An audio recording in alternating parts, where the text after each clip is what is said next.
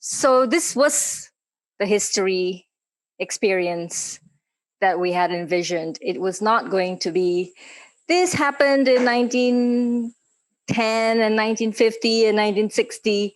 We wanted history to become personal. And then from there, we would see our collective story. It would just emerge. And as you can see, this could be a multi-year project for a team to go all around Sabah, talk to people, talk to different generations, and hear the stories, record the stories. However, whatever that would look like. This is just the beginning. We continue the journey when we talk about the development trajectory. As you can see, here it's already telling the story of how did we develop? How did the economy develop? How did power and politics shape economy, and economy shape power and politics? Yes? So we're going to go over there and we're going to do that. We're going to map that later. But really, it's a sort of mirror of this.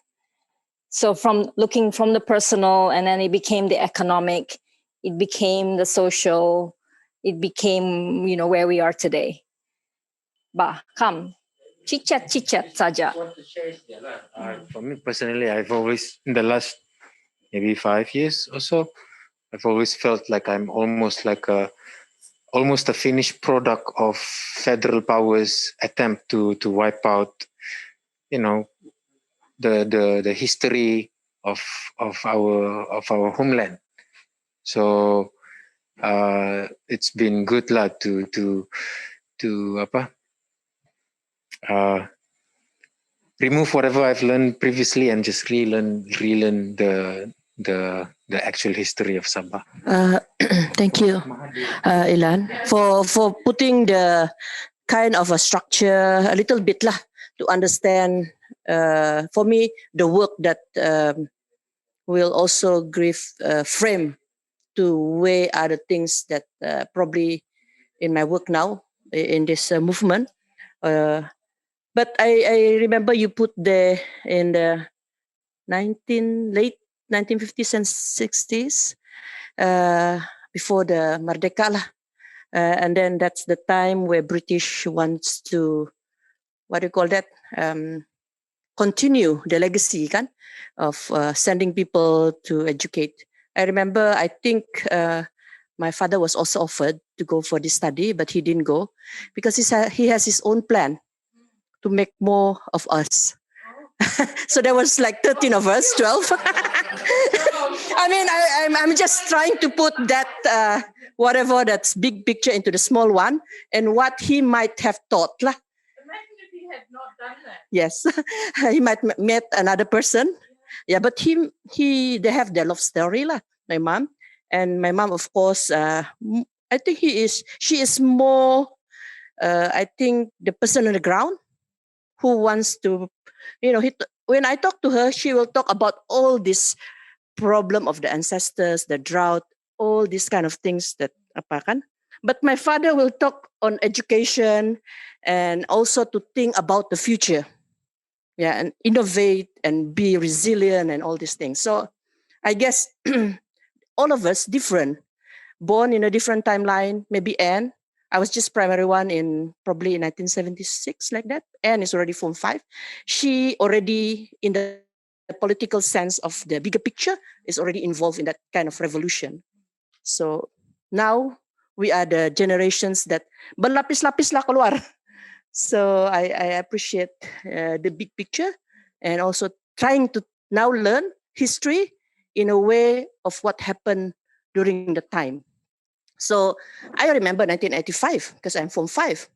And what then my decision when I go to Malaya and all the discrimination, and I want to rise up because people there said that, welcome to Malaysia. And I know a little bit that we are Malaysia. But when I go there, I'm not welcome. And what is that? What is the meaning of this? So I think questioning and thinking deeper is very important. Yeah.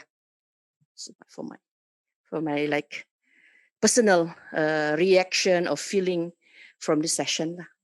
For me, It was a very eye-opening lecture in a way, because I really like the personal perspective you put into it, because we were not really born in this timeline. I came out in 1994, so usually we only hear about this happened in the past, so we could not really relate to it. I have not been very in touch with my Sabahan side. I don't know, it's due to my parents' upbringing, especially my father. His parents were both educators. So, they might be influenced by all the British era. So, all my father and his siblings, they studied overseas. So all me and my cousins, we can speak zero Dusun. Some of us can understand, some cannot understand at all. So because they educated us in a way that you must learn English. So that is how it has influenced our upbringing. I was more exposed to, Western culture or whatever. It did not help that when my father went overseas, we studied in India. So I started my studying there. So my mom forced us to speak English at home. I spoke English at my school. So when I came back, I did not even know Sabah had Lagu Negeri. So when I attended my first day of school, I was like, wow, what's this song? So it's really interesting to see how all this has influenced how Sabah is now. And what I heard just now just made it very personal. There's a bit of, anger, resentment towards the outsiders who messed up, or whatever was going on in Sabah. So, but I think there's hope for the future, because the new generation, we are more aware. I think we have people like all of you now who are working hard to educate the newer people. So I think that's all from me. Yeah. All right. Thank you very much, everyone. You guys should give a round of applause to yourselves.